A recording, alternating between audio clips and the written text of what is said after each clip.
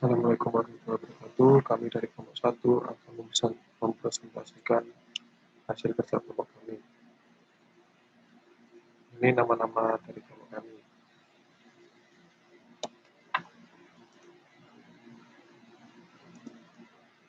Untuk ikat awal sungai, pengembangan. Uji pengembangan volume pasir, atau juga disebut dengan bulk density.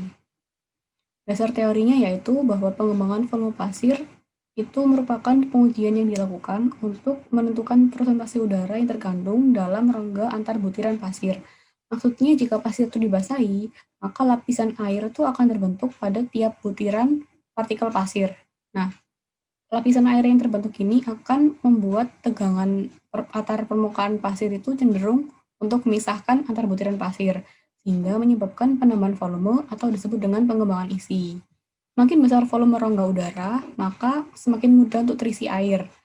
Hal ini akan berefek pada saat air ini bereaksi dengan semen, jadi berpengaruh pada faktor air semen yang mengisi sela-sela antar butiran pasir, sehingga beton akan semakin padat dan akan memiliki kuat tekan yang lebih tinggi. Dasar teorinya berdasarkan ASTM C nomor 29/29M strip 97 bahwa pengembangan volume pasir itu tidak boleh lebih dari 65%. Ini ada sedikit animasi singkat.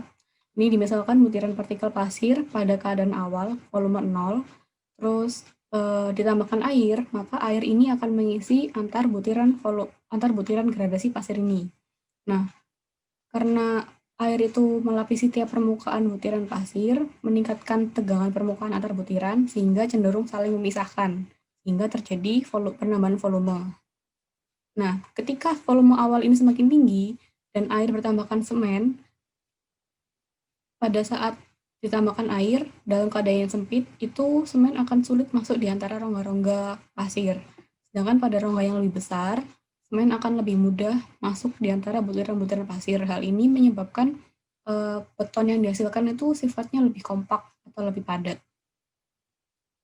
Tujuannya yaitu untuk mengukur presentasi volume udara yang terkandung dalam rongga antar butiran pasir dan mengetahui faktor pengembangan dari pasir atau material yang diuji. Untuk alat dan bahan sebagai berikut. 1. Gelas ukur 500 cc, 1 buah pengaduk, sampel pasir, dan juga air secukupnya. Lanjut ke langkah-langkah, yaitu siapkan gelas ukur 500 cc, kemudian isi pasir sebanyak 3/4 dari tinggi gelas ukur tersebut atau setara dengan 375 cc. Kemudian keluarkan pasir tersebut dan taruh ke sebuah wadah dan isi gelas ukur tersebut setinggi hingga setengah dari volume gelas ukur tersebut atau setara dengan 250 cc. Kemudian masukkan kembali pasir tadi ke dalam gelas ukur sedikit demi sedikit dan sambil diaduk. Kemudian diamkan beberapa saat, amati dan hitung volume endapan pasir yang terjadi, kemudian catat.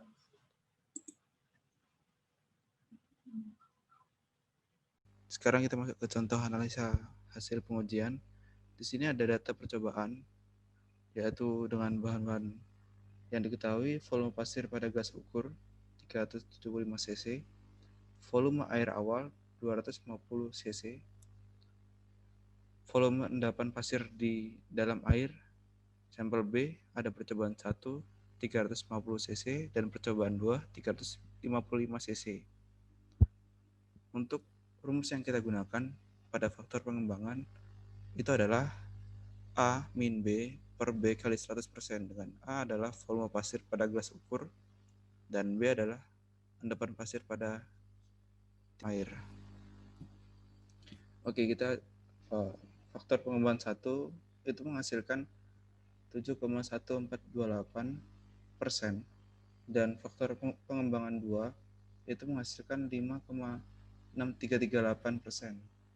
Rata-rata faktor pengembangan itu adalah 6,388%. Jadi dari praktikum pengembangan pasir, volume pasir ini didapatkan kesimpulan dari hasil percobaan dapat disimpulkan bahwa dari sampel tanah pasir tersebut memiliki rata-rata faktor pengembangan sebesar 6,388-32998%. Berdasarkan standar ASTM C29-29M-97 bahwa pengembangan volume pasir tidak lebih dari 65%, maka dapat disimpulkan bahwa pasir pada percobaan tersebut dapat dipakai dalam pembuatan beton.